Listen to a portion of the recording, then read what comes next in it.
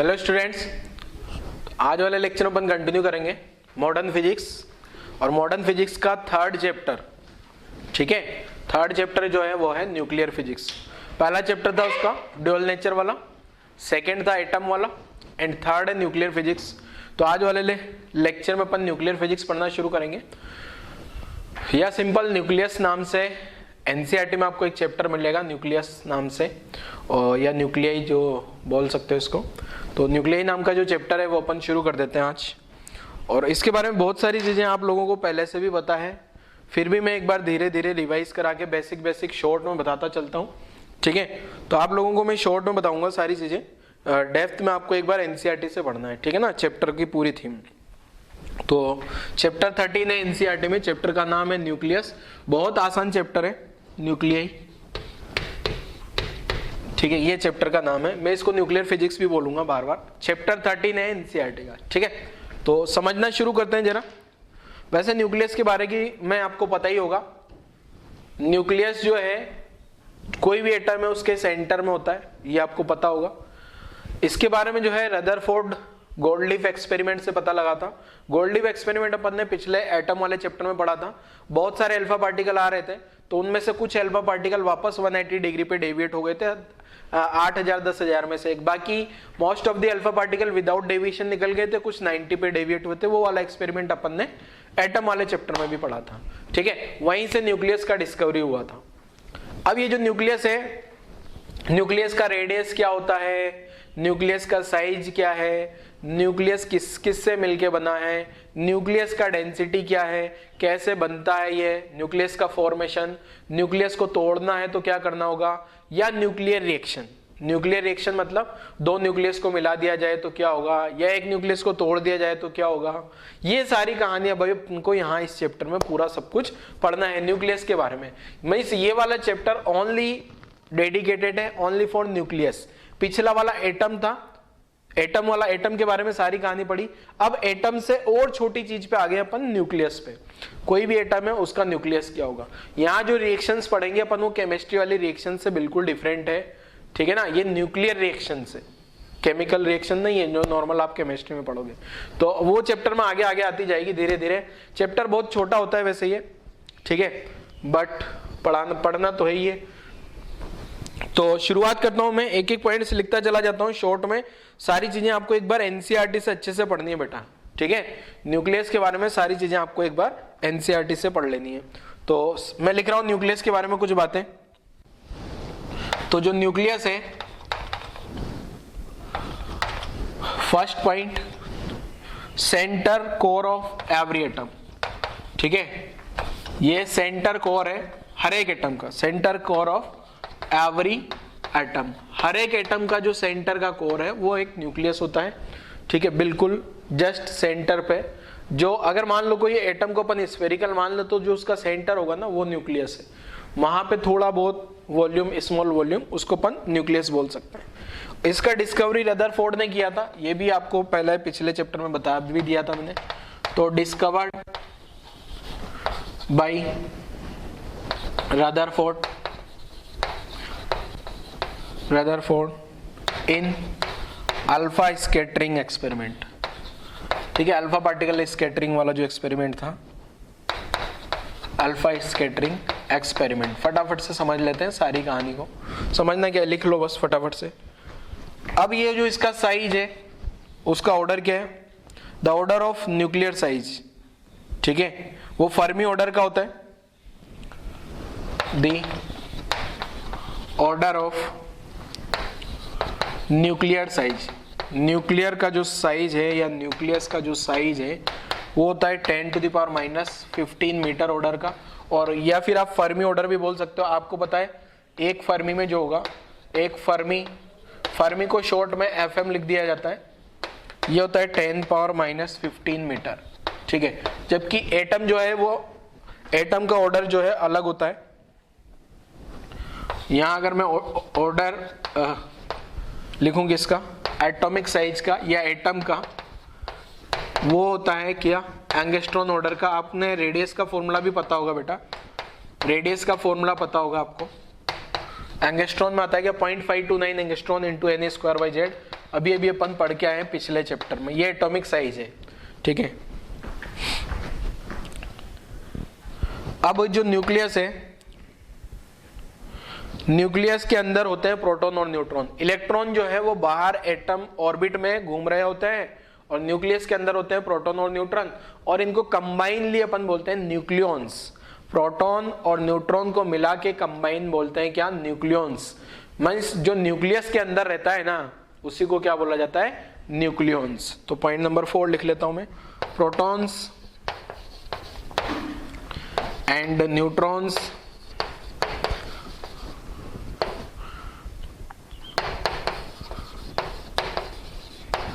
together referred as nucleon। ठीक है, दोनों को कंबाइनली अपन क्या बोल सकते हैं, न्यूक्लियॉन्स। ठीक है बेटा। फिफ्थ वाला पॉइंट ये है कि न्यूक्लियस को रिप्रेजेंट कैसे करें। कोई भी न्यूक्लियस है ना, तो उसको रिप्रेजेंट कैसे किया जाता है, ये अगला वाला पॉइंट है अपने पास, रिप्रेजेंटेशन ऑफ न्यूक्लियस। ठीक है,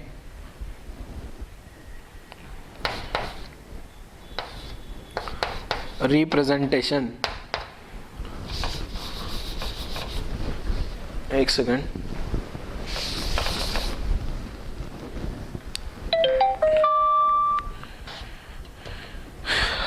ए न्यूक्लियस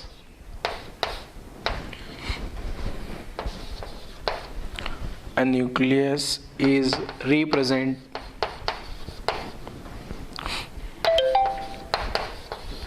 by, यहाँ पे कोई भी न्यूक्लियस है X, तो यहाँ A और यहाँ Z लिख दिया जाता है, या फिर मैं ऐसा लिखूंगा, यहाँ A लिखूंगा, यहाँ Z लिखूंगा। दोनों तरीके से आप न्यूक्लियस को लिख सकते हो, कोई भी न्यूक्लियस को। अब यहाँ ये जो Z है, ये Z होता है उस न्यूक्लियस का एटॉमिक नंबर, या फिर Z को आप बोल सकते हो वो न्यूक्लियस के अंदर कितने प्रोटॉन है, नंबर ऑफ प्रोटॉन्स। और ये रिप्रेजेंट करता है न्यूक्लियस के अंदर का चार्ज को। किसको रिप्रेजेंट करता है, Z प्रोटॉन मींस न्यूक्लियस के अंदर का चार्ज। आपको इतना पता होगा कि न्यूक्लियस के अंदर कौन होता है, प्रोटॉन और न्यूट्रॉन। न्यूट्रॉन पे तो कोई चार्ज नहीं होता, न्यूट्रल होते हैं, और प्रोटॉन पे पॉजिटिव चार्ज होता है। और न्यूक्लियस के अंदर केवल यही है, इलेक्ट्रॉन तो न्यूक्लियस के अंदर नहीं है, न्यूक्लियस के बाहर है। तो कुल मिला के मैं बोल सकता हूँ ये जो Z है, ये नंबर ऑफ प्रोटॉन है, या फिर ये चार्ज वाली टर्म को रिप्रेजेंट कर रहा है। ये एटॉमिक नंबर भी बोल सकते हो। ऐसे ये जो A है, इसको बोला जाता है एटॉमिक मास नंबर। मींस ये जो न्यूक्लियस है ना, उस न्यूक्लियस के करस्पॉन्डिंग जो एटम होगा, उस एटम का एटॉमिक मास नंबर है। एटॉमिक मास नंबर मींस ये A जो है इस न्यूक्लियस का मास है देखा जाए तो। ठीक है, इलेक्ट्रॉन का मास तो बहुत कम होता है क्या। अगर आपको कभी भी मास पता करना हो, एटम के मास में से अगर इलेक्ट्रॉन हटा दें तो न्यूक्लियस का मास आ जाएगा क्या।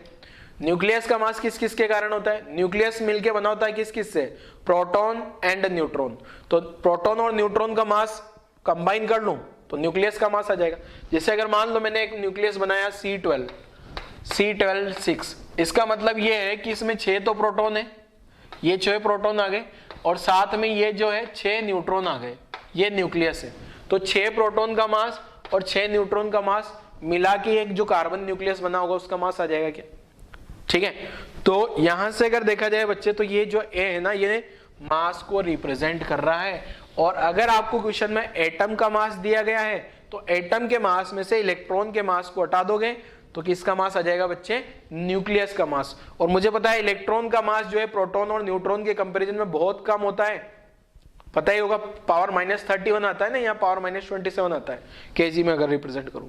तो ये हो गया अपना। तो मैं लिख भी देता हूं यहाँ क्या क्या है, कौन कौन। Z जो है इसको लिखा जाता है क्या, एटॉमिक नंबर। ठीक है, Z है अपने पास एटॉमिक नंबर, या इसको ऐसा भी लिखा जा सकता है number of proton, number of protons. ठीक है, और ये वाली जो टर्म है ये मैं बोल सकता हूं चार्ज को रिप्रेजेंट करती है, चार्ज के करस्पॉन्डिंग आती है। ठीक है, ए को बोला जाता है मास नंबर, ए को क्या बोला जाता है, मास नंबर, या फिर टोटल नंबर ऑफ न्यूक्लियॉन्स, ठीक है, और टोटल नंबर ऑफ न्यूक्लियॉन्स, और ये आता है मास, न्यूक्लियस का मास, ये न्यूक्लियस का चार्ज, ठीक है। ये जो आता है ना जेड, ये नंबर ऑफ प्रोटॉन हो गया, और ये जो मास आ रहा है ना, ये किस किस का आएगा, प्रोटॉन और न्यूट्रॉन का मास, ठीक है। तो यहां तक की कहानी लिख लो आप। एक और पॉइंट बचा है, एक पॉइंट और लिख देता हूं, 6 वाला पॉइंट और लिख लेते हैं जरा अपन।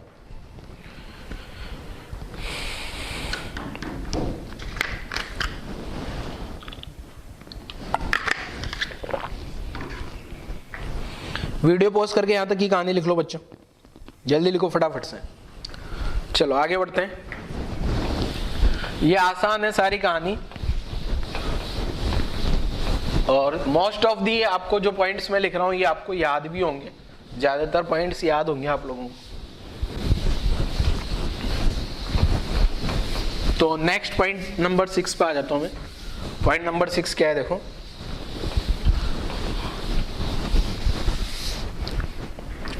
पॉइंट नंबर 6 वो बताता है मास। इसके मास के बारे में, कोई भी न्यूक्लियस का मास कैसे रिप्रेजेंट किया जाएगा। तो एक चीज सुनो जरा, जो अपन नॉर्मल प्रैक्टिकल लाइफ में जो अपन मास की यूनिट मेजर करते यूज करते हैं ना, जैसे आप यूज करते हो, हाँ आलू दे दे भाई, शक्कर दे दे भाई, तो 1 किलो ही तो यूज करते हो। जनरली अपने दिमाग में किलो आता है या ग्राम आता है, ग्राम में भी कुछ चीजें लेते हो आप, ठीक है। तो किलो, ये ग्राम, ये 2 चीजें अपन यूज करते हैं, बट न्यूक्लियस को किलो में रिप्रेजेंट नहीं किया जाता। आपसे कोई ये नहीं पूछेगा कि भाई हाँ हीलियम का न्यूक्लियस कितने किलोग्राम का होता है, ठीक है। किलोग्राम वाली टर्म जो है ना थोड़ी सिग्निफिकेंट नहीं है इन सब के लिए, क्योंकि इनका मास जो है बहुत कम होता है, बहुत हल्के होते हैं। इलेक्ट्रॉन का मास आपको पता होगा ना, प्रोटॉन न्यूट्रॉन इलेक्ट्रॉन का भी मैं लिख भी दूंगा, ये होता है -27 या -31 ऑर्डर का केजी में अगर देखें तो, -31 या -27 तो 0.00000000 लगाते ही रहो, 25 26 27 जीरो लगेगी, फिर 1 आएगा कहीं, अगर 31 है तो 30 जीरो लगेगी, फिर 1 आएगा कहीं। तो इसके लिए अपन ने एक नया यूनिट निकाल लिया, ठीक है। अपन ने क्या निकाल लिया, एक नया यूनिट, और उसको बोलते हैं AMU, शॉर्ट में AMU, या एटॉमिक मास यूनिट या सिंपल यू, ठीक है। केमिस्ट्री में भी आपने पढ़ा होगा AMU के बारे में या सिंपल यू के बारे में। तो क्या है वो, मीन्स जैसे हाइड्रोजन है, 1H1 है, 1H1, तो इसका जो मास है ना, वैसे अगर मैं लिखूं तो ये मास हो गया 1 AMU, एटॉमिक मास यूनिट। अब ये एक AMU क्या है अभी डिफाइन करके बता रहा हूं मैं। अगर मेरे पास है 1H2 तो इसका मास अपन डायरेक्ट लिख लेंगे क्या, 2 AMU। 1H3 है तो इसका मास लिख दूंगा मैं क्या, 3 AMU। अब ये 1 AMU कैसे, क्या डिफाइन करते हैं, कितना होता है 1 AMU, ये भी अभी बता रहा हूं, ठीक है। जैसे मेरे पास है कोई एटम है, मान लो C13 है, तो 6C13, तो इसका मास अगर लिखना चाहिए तो 13 AMU। अब ये AMU को सिंपल ऐसा U भी लिखा जा सकता है, 30U, 3U, 2U, 1U। अब ये U का वैल्यू पता, अगर मुझे 1U का वैल्यू पता लग गया तो 2, 3, 13, 14 सबका वैल्यू पता लग जाएगा। तो एटॉमिक मास यूनिट अपन डिफाइन कर रहे हैं यहाँ पे कैलकुलेशन को आसान करने के लिए। चाहो तो आप किलोग्राम में भी लिख सकते हो, पर किलोग्राम में इसलिए नहीं लिखेंगे क्योंकि वो थोड़ा कॉम्प्लेक्स हो जाता है, ठीक है। तो नेक्स्ट लिख रहा हूं point number 6, atomic mass unit. तो देखो क्या है ये पॉइंट नंबर 6 जो है, atomic masses, atomic masses are generally represented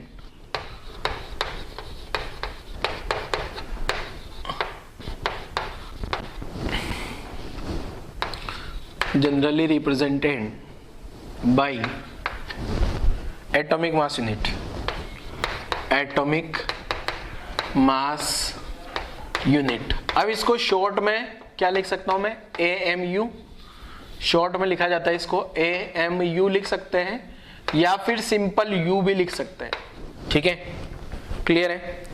अब ये 1 AMU का डेफिनेशन, स्टैंडर्ड डेफिनेशन क्या है, देखो 1 AMU या एटॉमिक मास यूनिट, जिसका स्टैंडर्ड डेफिनेशन 1 AMU इसका जो स्टैंडर्ड इंटरनेशनली एक्सेप्टेड है, जैसे 1 एम्पियर का डेफिनेशन दिया था ना अपन ने, दो पैरेलल वायर है जिनके बीच का सेपरेशन 1 मीटर रख दें तो दोनों वायर के बीच का पर यूनिट लेंथ का फोर्स 2 × 10⁻⁷ न्यूटन आ जाता है।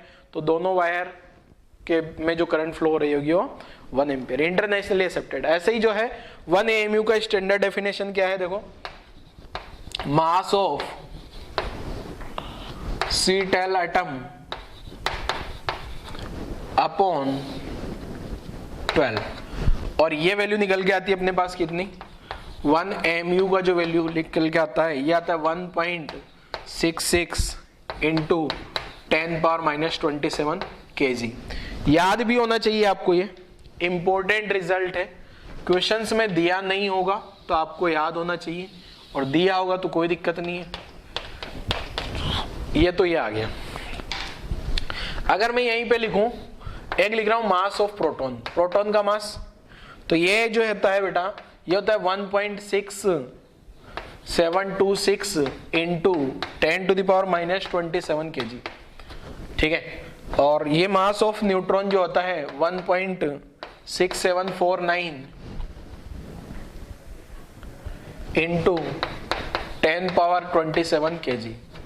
मास ऑफ इलेक्ट्रॉन जो है 9.1 × 10⁻⁻31 kg। ये इस टाइप के मास है इसके। अगर यू में कन्वर्ट करना चाहूं मैं तो ये 1.66 है ना, तो ये सब 1 से ज्यादा है, 1 से ज्यादा है, तो आता है 1.00727 यू लिख दूं या AMU लिख दूं, एक ही बात है। 1.00866 U 0.00055 U। अब देखो यहाँ पे अगर आपको मास ऑफ प्रोटॉन एग्जैक्ट पता रह जाता है तो कोई दिक्कत नहीं है, ठीक है। देखो 1.66, इसमें 1.66 आता है, ये वाली टर्म्स इंपॉर्टेंट है, बाकी सब तो सेम है। यहाँ पे 1.66 आ रहा है, यहाँ पे भी ये 67 आ रहा है, और 26727, ये याद होना जरूरी है। नहीं याद होगा तो क्वेश्चन में दिया होता है, जनरली एक क्वेश्चन में दे दिया जाएगा। आपको एटलीस्ट इतना याद होना चाहिए कि न्यूट्रॉन का मास जो है वो प्रोटॉन से थोड़ा ज्यादा है, और ये जो है इलेक्ट्रॉन से तो ज्यादा ही है, और साथ में जो न्यूट्रॉन का मास है ऑलमोस्ट बराबर भी है प्रोटॉन का, ये इतना पता होना चाहिए आपको। और ये कंपैरिजन पता होना चाहिए एग्जैक्ट, अगर देखा जाए तो न्यूट्रॉन सबसे ज्यादा हैवी है और उससे थोड़ा सा कम प्रोटॉन, और इलेक्ट्रॉन बहुत ज्यादा हल्का है, ये पता होना चाहिए आपको, ठीक है। और प्रोटॉन और न्यूट्रॉन का मास ऑलमोस्ट 1 AMU आप मान सकते हो। देखो जैसा कि आ रहा है 1.00727 1.00867, ठीक है। कैलकुलेट भी कर सकते हो, कोई बड़ी बात नहीं है। यू में निकालना है तो यू में कन्वर्ट कर लो, ठीक है। तो ये था AMU, एटॉमिक मास यूनिट की कहानी। अब इसके बाद जो है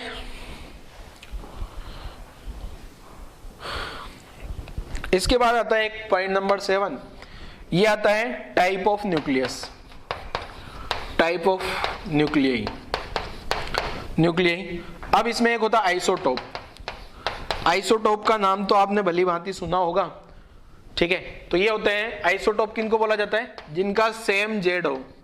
जेड आप समझ ही गए होंगे, सेम एटॉमिक नंबर बोल दूं या सेम जेड बोल दूं, ठीक है। सेम प्रोटॉन लिख देते हैं, सबसे बढ़िया बात। जिनमें सेम प्रोटॉन हो या सेम जेड हो उसको क्या बोल दिया जाता है, आइसोटोप। जैसे example 6C13 1H1 1H2 1H3, ठीक है, ये आइसोटोप हो गए। एग्जांपल मैं नहीं बता रहा। आइसोबार का जो है सेम, जैसे इसका सेम जेड हुआ ना, इसमें जेड सेम हुआ, इसमें ए सेम होता है, ठीक है। तो यहां सेम मास लिख लूंगा मैं, ठीक है, सेम मास या सेम एटॉमिक मास, ठीक है, सेम एटॉमिक मास लिख लें, सेम एटॉमिक मास नंबर, ठीक है। ऊपर वाले में सेम प्रोटॉन की जगह सेम एटॉमिक नंबर लिख लो, सेम एटॉमिक नंबर, ठीक है। और एक होता है आइसोटोन। आइसोटोन बताओ जल्दी से क्या होता है, सोचो जल्दी से।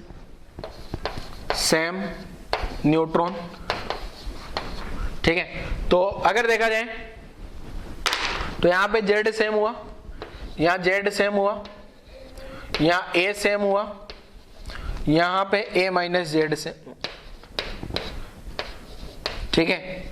ए में तो क्या होगा, प्रोटॉन न्यूट्रॉन दोनों आगे, प्रोटॉन न्यूट्रॉन दोनों आगे ना, तो इसमें प्रोटॉन सेम, इसमें दोनों का सम सेम, इसमें न्यूट्रॉन सेम, न्यूट्रॉन बोले तो A-Z, ठीक है। तो 7th वाला भी लिख लीजिए, यहां तक की कहानी लिख लो जल्दी से।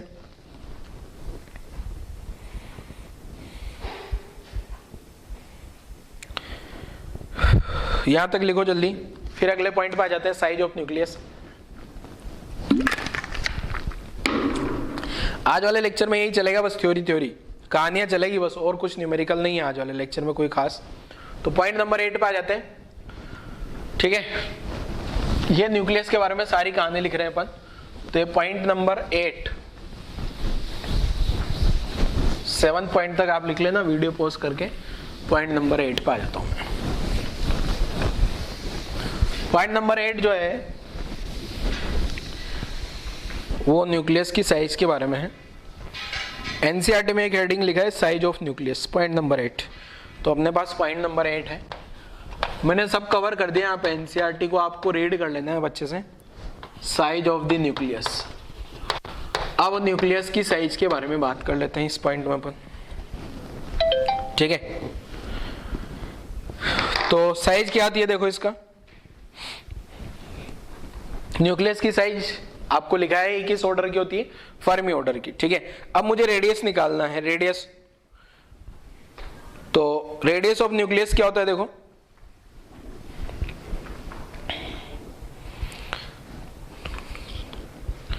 जैसे जैसे नंबर ऑफ न्यूक्लियॉन्स इंक्रीज करते जाते हैं ना, वैसे वैसे न्यूक्लियस की साइज भी इंक्रीज करती जाती है, ठीक है। जैसे जैसे क्या होता है बेटा, न्यूक्लियॉन्स इंक्रीज करेंगे, न्यूक्लियॉन्स मींस प्रोटॉन न्यूट्रॉन बढ़ते जाएंगे, वैसे वैसे न्यूक्लियस की साइज भी बढ़ती जाती है। और कैसे बढ़ती है न्यूक्लियस की रेडियस, वो देखो,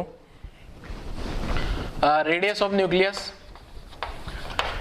रेडियस ऑफ न्यूक्लियस जो होगी आर, वो प्रोपोर्शनल टू ए पावर 1/3 होती है, जहां ए क्या है आपको पता है, atomic mass, atomic mass number या एटॉमिक मास या मास नंबर जो भी लिखे, ठीक है। वो जो न्यूक्लियस जिस भी एटम का है उसका एटॉमिक मास नंबर, प्रोपोर्शनलिटी हटेगी तो एक कांस्टेंट आएगा, R equal to R0 A to the power 1/3। ये फॉर्मूला आपको याद होना चाहिए बच्चे, क्योंकि इस फॉर्मूले पे बेस्ड बहुत सारे न्यूमेरिकल बन सकते हैं आसान से, और नीट में पूछे गए हैं न्यूमेरिकल इस टाइप का। कुछ ही नहीं करना, बस एक वैल्यू पुट कर देना, आंसर आ जाएगा। R0 होता है 1.2 फर्मी, R0 जो है 1.2 फर्मी को मैं FM लिख देता हूँ, इसको ऐसा भी लिखा जा सकता है 1.2 इंटू 10⁻⁻15 मीटर। ये R0 जो है प्रोपोर्शनलिटी कांस्टेंट का वैल्यू आ रहा है, अप्रोक्सीमेट वैल्यू लिखा है मैंने, कांस्टेंट है, ठीक है ना। आसान है क्या, बहुत आसान है क्या, ये देखो यहाँ पे। अब आपको अलग अलग ए का वैल्यू दे दिया जाएगा, मान लो कोई भी वैल्यू दे दिया ए का, तो आप उसका क्यूब रूट निकाल लो, R0 से मल्टीप्लाई कर लो, आंसर आ जाएगा, ठीक है। फॉर्मूला इंपॉर्टेंट है तो मैंने बॉक्स बना दिया, स्टार लगा दिया। देखो एक चीज सुनना ध्यान से, मॉडर्न फिजिक्स सारी आसान तो है ही सही, उसमें सबसे आसान न्यूक्लियर फिजिक्स है, बट एक चीज है, इसमें फॉर्मूले आपको समझ आ जाएगा सब कुछ करना क्या है, बट कैलकुलेशन होती है हमेशा। यहाँ की कैलकुलेशन बड़ी कॉम्प्लेक्स है, तो मैं बोलूंगा बच्चों जब भी न्यूमेरिकल करो आप, डीपीपी असाइनमेंट है जो भी मैं देता हूं, उन सभी में ट्राई करो कि विदाउट कैलकुलेटर आंसर आ जाए आपका। अगर आप अभी यहाँ आज कैलकुलेटर यूज कर लोगे ना, आज तो आपने सारे डीपीपी के सारे क्वेश्चन सोल्व कर लिए, मॉड्यूल सब कुछ सोल्व कर लिया, बुक्स के सब जो भी आपने रेफरेंस बुक लगाई वो सब के आंसर आ गए, और आपको लगेगा हाँ मुझे न्यूक्लियर फिजिक्स अच्छे से आ गया, न्यूक्लियस अच्छे से समझ आ गया। बट जब आप टेस्ट में क्वेश्चन सोल्व करोगे, न्यूक्लियस का 1 या 2 क्वेश्चन आएगा, एक क्वेश्चन तो मिनिमम मान के चलो, वो क्वेश्चन भी आपसे नहीं हो पाएगा। क्यों? Due to calculation, complex calculation. तो वो कॉम्प्लेक्स कैलकुलेशन से वो क्वेश्चन आपका नहीं अटके, इसलिए आज से ही आपको कैलकुलेटर यूज नहीं करना इस चैप्टर में। अगर आप कैलकुलेटर देखो, अभी अभी आपने देखा होगा प्रोटॉन और न्यूट्रॉन के मास ऑलमोस्ट सेम थे, अगर आप अप्रोक्सीमेट मान लोगे तो सब कुछ गड़बड़ हो जाएगा।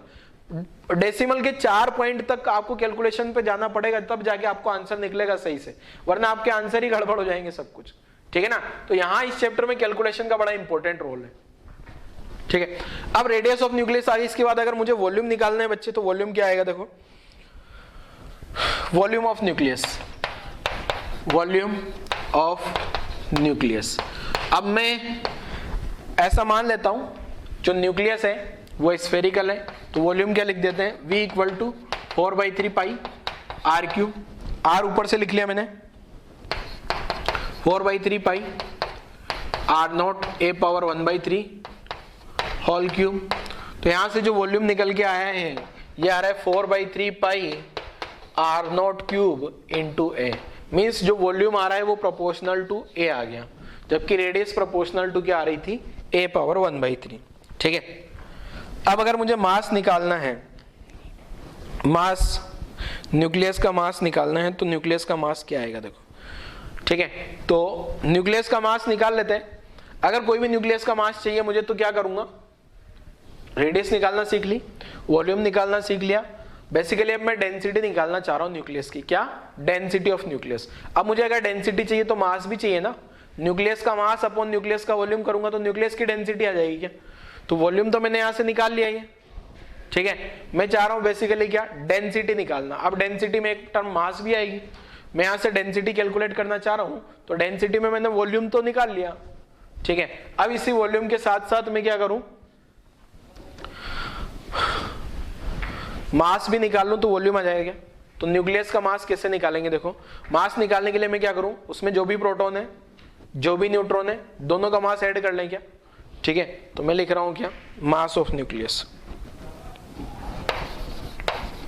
Mass of nucleus. Mass of nucleus इसलिए निकाल रहा हूं क्योंकि मुझे डेंसिटी निकालूंगा इसके बाद, तो वॉल्यूम मैंने निकाल लिया और वॉल्यूम के बाद क्या कर लूं, अब मास निकाल लेता हूं। ठीक है,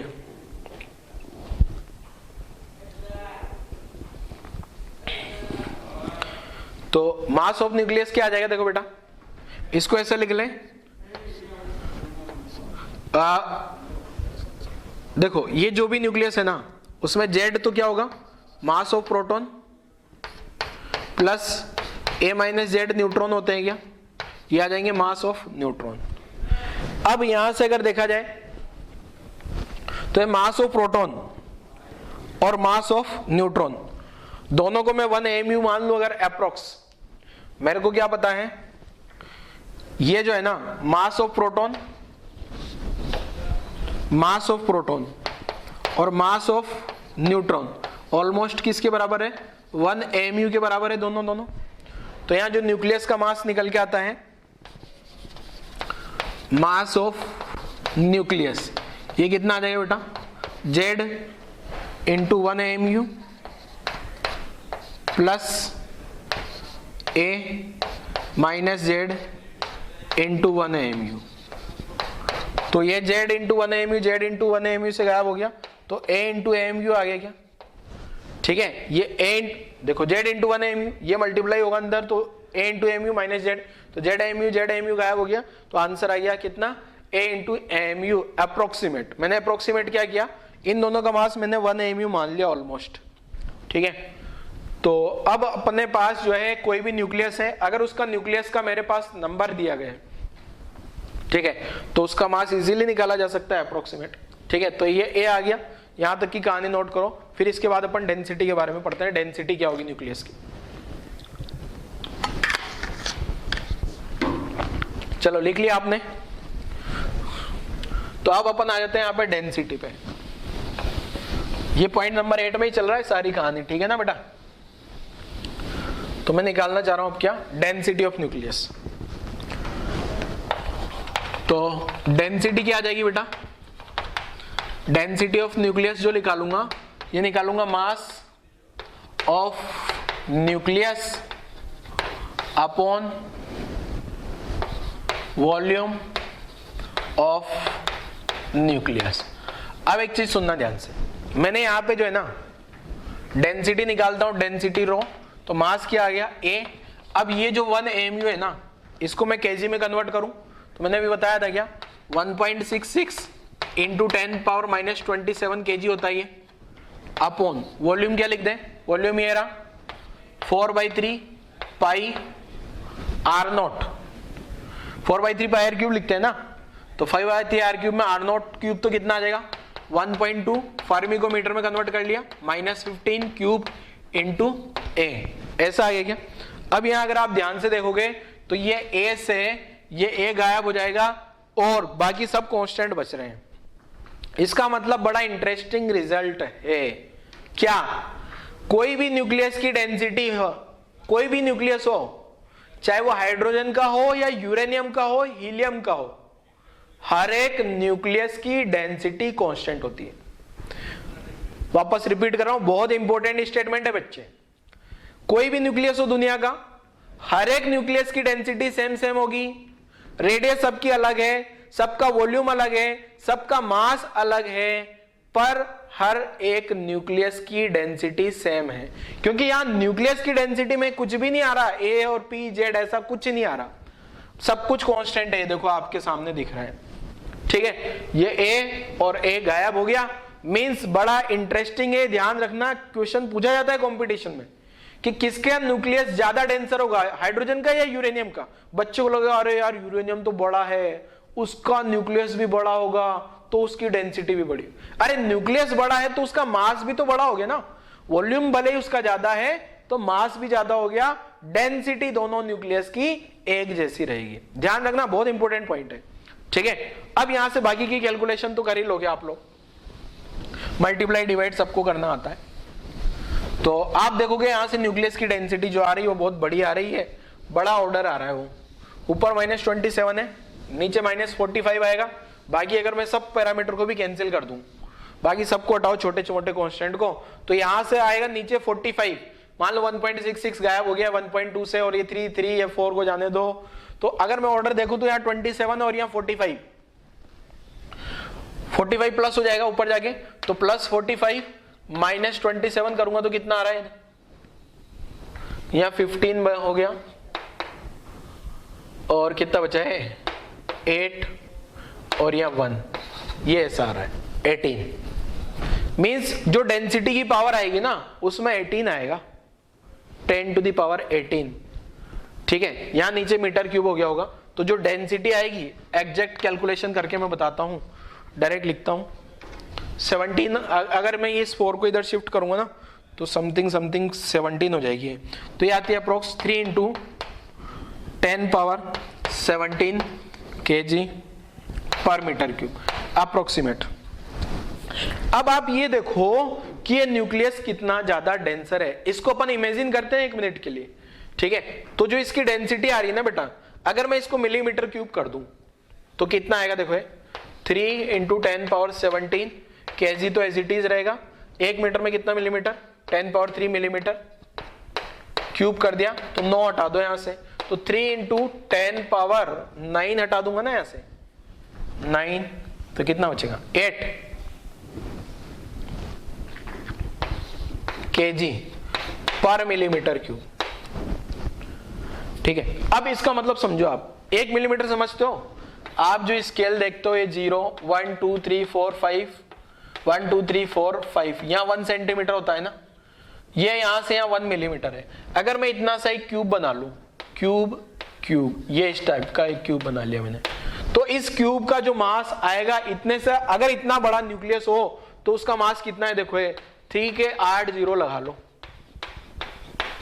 3 6 8 kg, इतना बड़ा भारी न्यूक्लियस है। मतलब न्यूक्लियस जो है बहुत डेंसर मटेरियल है, बहुत डेंस होता है न्यूक्लियस, बहुत ज्यादा डेंसिटी है इसकी। आप यहां से देख भी पा रहे होंगे, यहां तो अगर मैं मीटर क्यूब में देख रहा हूं तो पावर 17 आ रहा है, मिलीमीटर में करूं तो भी 8 आ रहा है। इतना छोटू सा वो न्यूक्लियस का इतना सा वॉल्यूम भी ले लिया जाए ना, वो भी बहुत ज्यादा है। आप एक बार 1 मिलीमीटर क्यूब साइज का न्यूक्लियस का मटेरियल ले लिया जाए तो उसको आप नहीं उठा पाओगे, कितना सारा हैवी हो। 1 मिलीमीटर समझ रहे हो ना, 1 मिलीमीटर क्यूब चिन्ना सा होता है एकदम छोटा सा, ठीक है। तो उसका भी डेंसिटी इतना ज्यादा आ रहा है। मतलब ये मैं यहां से आपको ये फील कराना चाह रहा हूं कि न्यूक्लियस बहुत ज्यादा डेंस मटेरियल है, ठीक है। न्यूक्लियस की डेंसिटी बड़ा इंटरेस्टिंग रिजल्ट है यहाँ पे, क्योंकि एक तो ये डेंसिटी किसी पे डिपेंड नहीं कर रही है, हर एक न्यूक्लियस की डेंसिटी सेम है, और दूसरा न्यूक्लियस की डेंसिटी बहुत ज्यादा है, बहुत डेंस मटेरियल है, ठीक है ना।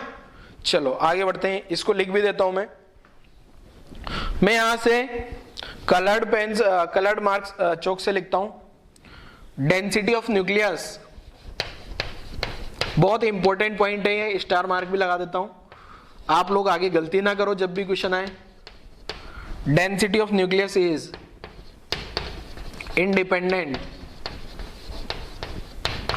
इंडिपेंडेंट ऑफ ए से कोई मतलब नहीं है इसको, ठीक है। Means density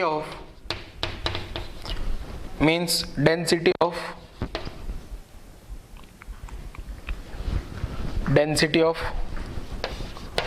all type of nucleus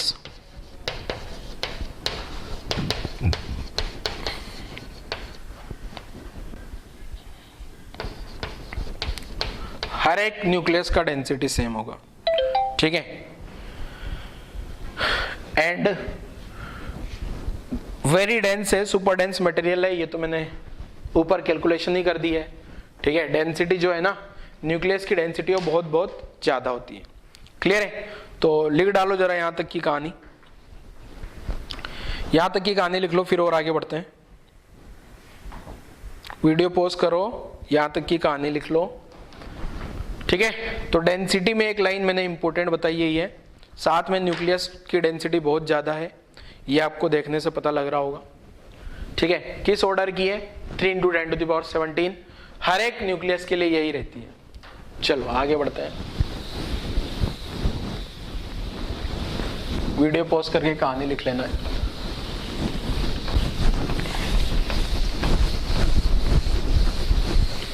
चलो नेक्स्ट पॉइंट पे आते हैं, देखो क्या है। ये पॉइंट नंबर 8 था शायद अपना ना, point number 6, 7, 8th point cover हो गया। अब इसके बाद कुछ न्यूमेरिकल्स कर लेते हैं। एक न्यूमेरिकल लिखता हूं जरा, क्या है देखो।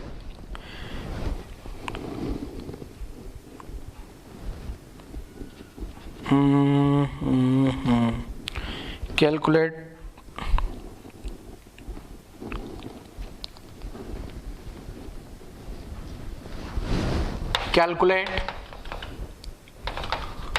mass number means A. Calculate mass number of that nucleus whose radius is half of GE 72, ठीक है। मीन्स ये जो GE है ना, जर्मेनियम गैलियम जो भी हो, calculate mass number of that nucleus. एक अननोन न्यूक्लियस है, उसका मास नंबर आपको कैलकुलेट करना है, और उसका रेडियस जो है ये जर्मेनियम की रेडियस का जो है उससे आधी है, न्यूक्लियस की रेडियस की बात हो रही है, ठीक है ना। चलो नेक्स्ट एक और क्वेश्चन है।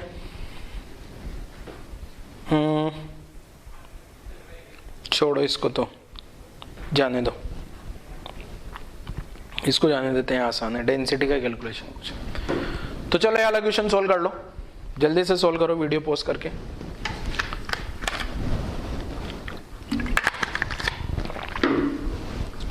सोल्व कर लेते हैं। देखो फॉर्मूला आपको पता है, R = R0 A⁻1/3, तो R1/R2 लिखूंगा तो A1/A2 पावर 1/3 आ जाएगा। तो ये जो R1 है ये वाला न्यूक्लियस ले लेता हूँ, GE वाला, तो GE का रेडियस R1, R2 जो होगा वो R1/2 हो जाएगा, इक्वल टू R1 के लिए जो A1 आ गया 72 आ गया, अननोन A2 आ गया, पावर 1/3 आ गया, ठीक है। ये यहाँ पे 2 आ जाता है, 72/A2 आ गया, पावर 1/3, क्यूब करूंगा दोनों साइड तो यहाँ 8 हो जाएगा, 2 क्यूब, 72/A2 आ गया। A2 क्या आ गया? 72/8, मीन्स जो एटॉमिक मास नंबर निकल के आया वो 9। जो अननोन न्यूक्लियस होगा ना उसका एटॉमिक मास नंबर 9 रहा होगा, ठीक है। यहाँ रेडियस जो है न्यूक्लियर रेडियस की बात हो रही थी, कुछ नहीं बोला गया है, तो नोट कर लो जल्दी से, कॉपी पेस्ट कर लो।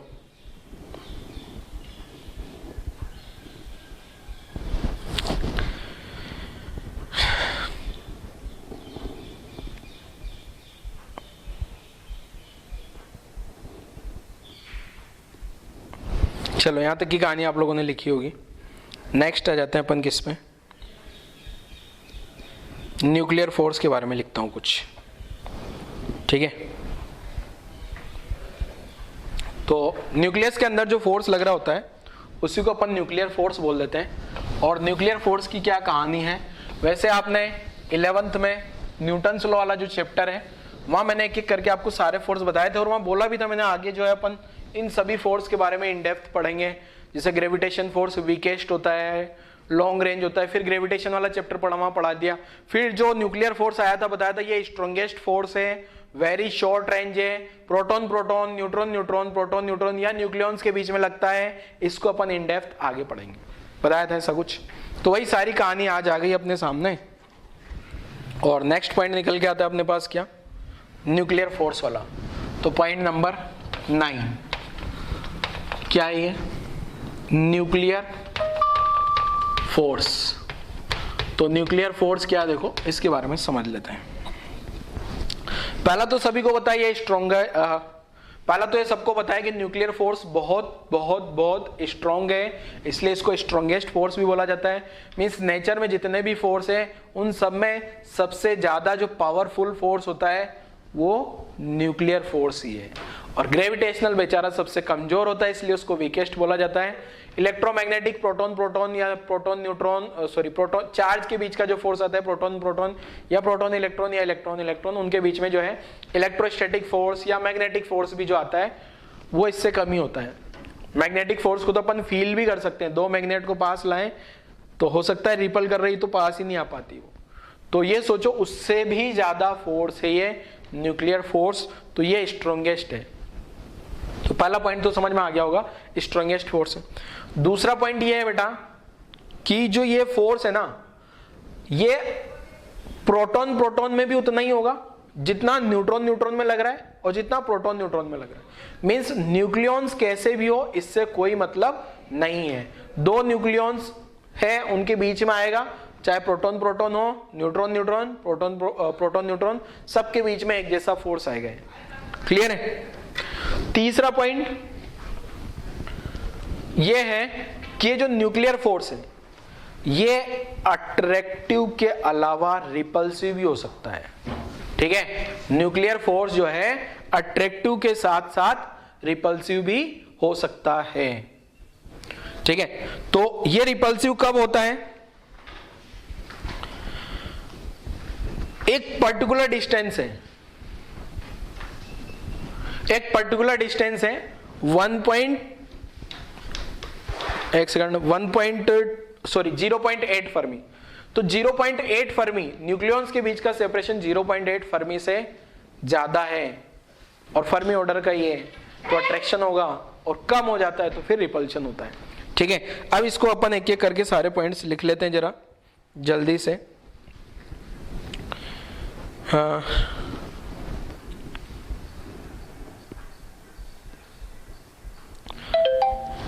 पहला तो स्ट्रॉन्गेस्ट फोर्स है। अब शॉर्ट शॉर्ट में लिखूंगा मैं ना, एक सेकेंड।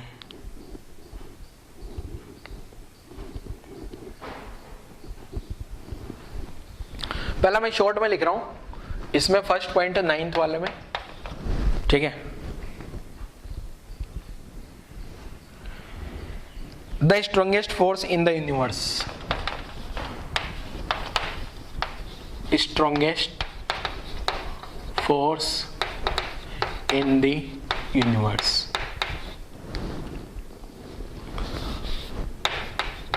ठीक है, मीन्स इससे ज्यादा ताकतवर और कोई नहीं है।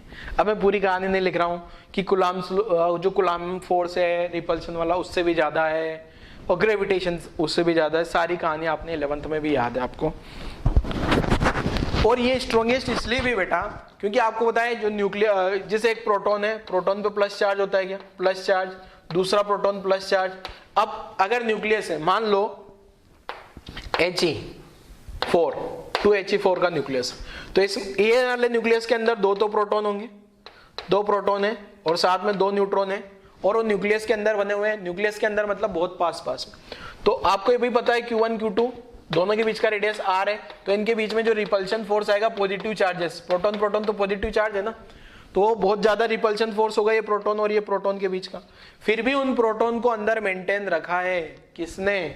न्यूक्लियर फोर्स ने। न्यूक्लियर फोर्स इसीलिए स्ट्रॉन्ग है, स्ट्रॉन्गेस्ट है, क्योंकि उसने जो वो इलेक्ट्रोस्टैटिक स्ट्रॉन्ग रिपल्शन हो रहा है ना, उसको भी ओवरकम कर रखा है। स्ट्रॉन्ग क्यों हो रहा है ये? क्योंकि आर तो बहुत कम है ना, ये बहुत पास में ऑलरेडी, तो उसको भी ओवरकम कर दिया इसने, इसलिए इसको स्ट्रॉन्गेस्ट फोर्स बोला जाता है। ठीक है, तो मैं स्ट्रॉन्गेस्ट फोर्स इन यूनिवर्स लिख दिया, बाकी सारी कहानी नहीं लिखा है। सेकेंड पॉइंट, सब में बरोबर बरोबर लगेगा। ठीक है, सेकेंड पॉइंट क्या लिख रहा हूं बेटा? सब में जो है बरोबर बरोबर लगेगा। एक सेकेंड,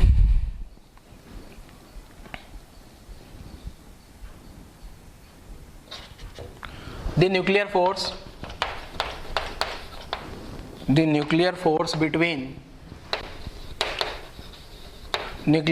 between neutron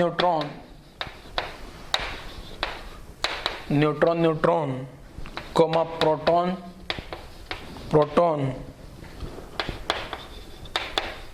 and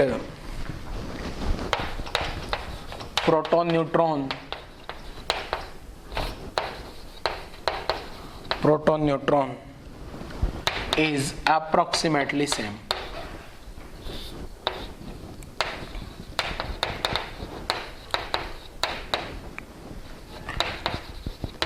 ठीक है, सेम है, ये चार्ज पे डिपेंड नहीं करता कुछ भी। ठीक है, चाहे प्रोटॉन पे पॉजिटिव चार्ज है तो उससे मतलब नहीं है कुछ भी। ठीक है ना, ये न्यूक्लियर फोर्स की बात कर रहा हूं।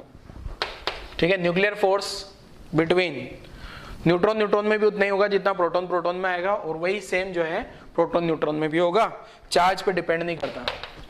तो the nuclear force does not depend on charge.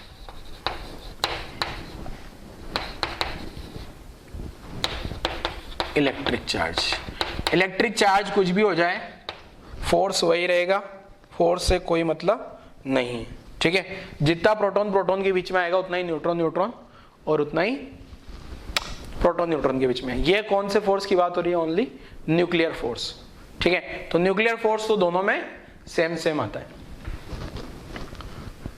तो मैं लिख भी देता हूं, for nuclear force.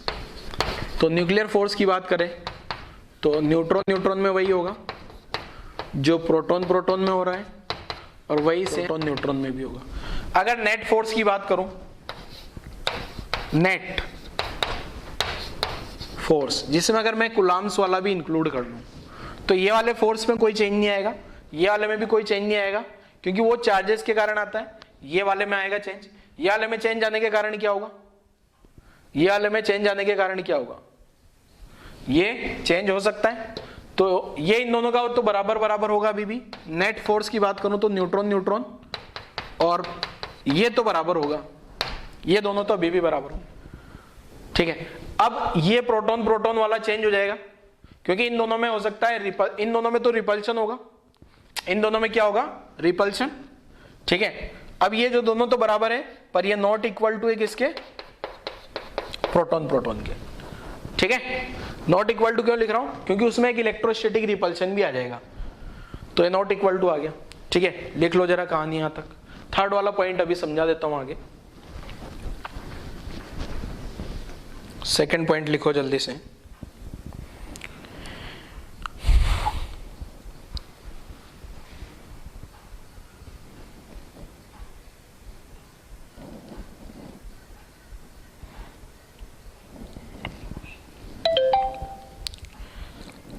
Very short range है, ये सबको पता होता है, तो मैं लास्ट में लिख दूंगा इसको।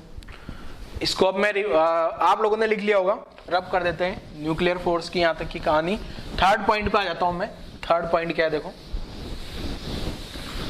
ये सारा सब कुछ एनसीईआरटी से एक बार रीड जरूर करना बच्चों, डबल बेनिफिट होगा कंपटीशन में भी और बोर्ड के लिए भी। तो थर्ड वाला पॉइंट लिख रहा हूं, इसका जो नेचर है, ठीक है, वो नेचर कैसे पता लगेगा अभी देखो। यहां पे मैं एक ग्राफ बना रहा हूं जो एनसीईआरटी ने भी बनाया है, इस टाइप का ग्राफ। यहाँ आर जो है ये फर्मी ऑर्डर का है, ठीक है। और इधर है पोटेंशियल एनर्जी, ये वाला इधर पोटेंशियल एनर्जी। अब ये जो पोटेंशियल एनर्जी लिखा है MeV, MeV आप समझते होंगे मेगा इलेक्ट्रॉन वोल्ट। अब ये जो इस टाइप का जो ग्राफ है ना, ये ग्राफ आता है इस टाइप से, यहाँ से बढ़ेगा और ये कम हो गया इस टाइप से, ठीक है। अब इसमें ये जो है ना, ये यहाँ पे ये पॉइंट है, इस पॉइंट को बोल दिया R0, ठीक है। और ये जो R0 का वैल्यू है ना, ये अप्रोक्सीमेट है 0.8 फर्मी, ठीक है।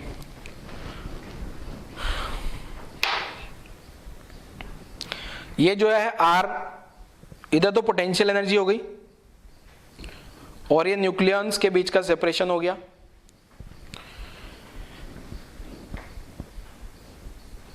R जो है ना, ये क्या है, सेपरेशन बिटवीन न्यूक्लियॉन्स, ठीक है। तो ये यहां से हो क्या रहा है, आपको पता भी होगा, ये पोटेंशियल एनर्जी जो है ना, यहां पे जो फोर्स होता है F माइनस du/dr लिखूंगा क्या, तो यहां स्लोप पॉजिटिव है, यहां स्लोप पॉजिटिव है ना, स्लोप पॉजिटिव है तो फोर्स नेगेटिव आएगा क्या, और force negative means attractive nature का होगा, ठीक है। ये जो है R जो होगा ग्रेटर देन 0.8 फर्मी होगा ना, 0.8 फर्मी, तो क्या होगा, स्लोप क्या होगा बेटा, पॉजिटिव, और स्लोप पॉजिटिव है तो फोर्स क्या आ जाएगा, नेगेटिव। फोर्स नेगेटिव आ गया मतलब अट्रैक्टिव नेचर का। अब इस अट्रैक्टिव को आप स्ट्रॉन्ग अट्रैक्टिव भी बोल सकते हो, ठीक है ना, अट्रैक्टिव नेचर का फोर्स। और अगर जो है R जो हो जाए लेस देन 0.8 फर्मी हो जाए, ठीक है, तो स्लोप क्या हो जाएगा, यहाँ पे, यहाँ स्लोप नेगेटिव हो गया, स्लोप नेगेटिव आ गया तो फोर्स क्या आ जाएगा, पॉजिटिव आ गया, और ये फोर्स क्या आ जाएगा, रिपल्सिव, ठीक है। मींस आपको जो बताया था ना, स्ट्रॉन्ग अट्रैक्टिव जो होना चाहिए, अट्रैक्टिव के लिए क्या होना चाहिए, ये वाली सेपरेशन से ज्यादा होनी चाहिए, ठीक है। कम होंगे, जैसे मिनिमम सेपरेशन होगी ना, बहुत ज्यादा कम सेपरेशन हो जाए तो उनके बीच में अगेन रिपल्सिव फोर्स भी लग सकता है, ठीक है।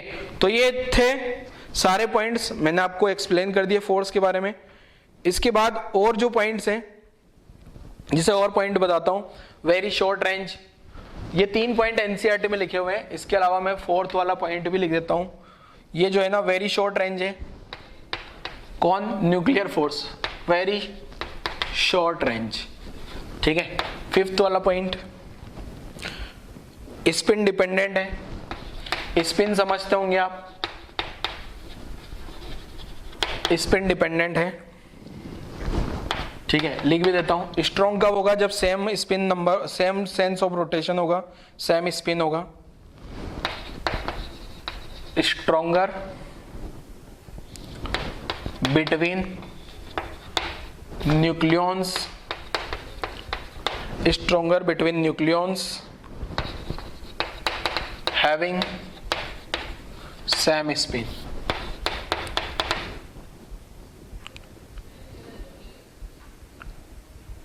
ठीक है। Stronger between nucleons having same sense off spin, same sense off spin, ठीक है। और रिवर्स नहीं लिख रहा हूं, वीक हो जाएगा कब, जब अपोजिट सेंस हो जाएगा। Next, not a central force, it is not a central force. Central force बोले तो लाइन जॉइनिंग के लॉन्ग जो लगते हैं, ठीक है। ये इतनी कहानी अपन यहां तक लिख ली, ठीक है। ये वाले पॉइंट्स नहीं भी लिखोगे चलेगा, एनसीईआरटी में जब न्यूक्लियर फोर्स के बारे में आता है लिखने के लिए, तो ये 3 पॉइंट जरूर लिखने हैं आपको। और ये वाला जो 3rd वाला पॉइंट है ना, मैंने लैंग्वेज में ज्यादा कुछ समझाया नहीं आपको, एक बार एनसीईआरटी पढ़ोगे तो सारी लैंग्वेज समझ आ जाएगी। मैंने शॉर्ट में ऐसे डायग्राम वगैरह ऐसा बस बता दिया, समझा दिया आपको, और आपको समझ में भी आ गया होगा। आप एक बार एनसीईआरटी की लैंग्वेज भी जरूर पढ़ो बच्चों इसके लिए, ठीक है। चलो और आगे बढ़ते हैं। अब एक आता है आपका आ गया, हाँ, आइंस्टीन का एक रिलेशन है मास एनर्जी रिलेशन, वो रिलेशन बता देता हूँ क्या है। देखो मास एनर्जी इक्विवेलेंट, तो लिख देता हूँ, देखो क्या है। वीडियो पॉज करके सारी कहानी लिख लेना आप लोग।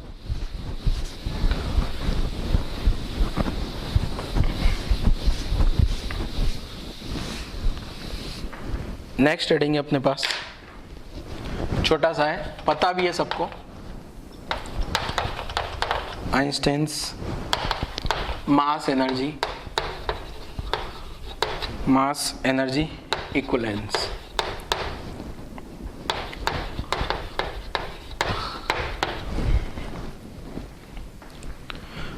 तो ये क्या है, देखो ये बोलता है मास जो है, मास can be converted into energy, and इसका रिवर्स भी है, एंड एनर्जी इनटू मास। ठीक है, एनर्जी भी मास में बदल सकती है और मास को एनर्जी में कन्वर्ट किया जा सकता है। और ये जो रिलेशन है E equal to m into c square, ध्यान रखना है डायरेक्ट रिलेशन है, कोई फॉर्मूला नहीं, कोई डेरिवेशन नहीं, याद रखना है डायरेक्ट। मीन्स कुल मिला के बोलता है कि अगर कोई भी मास है ना, तो उस मास को एनर्जी में बदला जा सकता है, और एनर्जी है तो उसको भी मास में बदल सकता हूं। जैसे अभी मान लो E equal to m c square, मान लो मेरा मास जो है 70 kg का है, एक इंसान है कितना 70 kg, मेरा ही मान लेता हूं, और मैं अपने आप को पूरे मास को एनर्जी में कन्वर्ट करना चाहूं, मैं चाहता हूं कि मेरा पूरा का पूरा मास एनर्जी में कन्वर्ट हो जाए, मैं चला जाऊं इस दुनिया से और मैं एनर्जी में कन्वर्ट हो जाऊं। तो कितनी एनर्जी बन सकती है यहां से, 70 इंटू 3 इंटू 10⁸ स्क्वायर, और ये इतना एनर्जी आ जाएगा जूल में। देख लो आप कितना एनर्जी आपके पास है, आपका मास भी कैलकुलेट करो, और अब आप देखो आप कितना एनर्जी जनरेट कर सकते हो। कितना हो गए हैं, 9 इंटू 7 63 होगा शायद। बहुत ज्यादा एनर्जी है मेरे पास, इतनी एनर्जी है, देख लो आप 10⁻17 जूल। ठीक है, तो आप भी अपनी एनर्जी कैलकुलेट करो आइंस्टाइन रिलेशन से कि कितनी एनर्जी आपके पास है। मीन्स सारा मास अगर आप लोग गायब कर देते हो अपना, तो कितनी एनर्जी क्रिएट हो सकती है। ठीक है, यही अपन न्यूक्लियर रिएक्शन में पढ़ेंगे आगे। न्यूक्लियर रिएक्शन में एनर्जी कहां से आती है, मास गायब हो जाता है कुछ। मीन्स जैसे न्यूक्लियर रिएक्टर में क्या होता है, न्यूक्लियर रिएक्टर में एनर्जी कहां से आती है, न्यूक्लियर रिएक्टर का नाम तो आपने सुना होगा, न्यूक्लियर पावर प्लांट। उसमें क्या होता है, यूरेनियम होता है, यूरेनियम फ्यूल होता है या फिर न्यूक्लियर फ्यूल होता है, वो गायब हो जाता है पूरा का पूरा, और गायब होकर एनर्जी प्रोवाइड करा देता है। वो सारी कहानी अपन आगे वाले लेक्चर्स में पढ़ेंगे। तो आज वाले लेक्चर को तो यही कहानी अपन खत्म करते हैं, आज वाला लेक्चर यही क्लोज करते हैं बच्चों। थ्योरी पार्ट है आज वाला लेक्चर, अच्छे से आना चाहिए तो ही आगे वाला लेक्चर समझ आएगा आपको। ठीक है बच्चों, लेक्चर खत्म करते हैं, थैंक यू।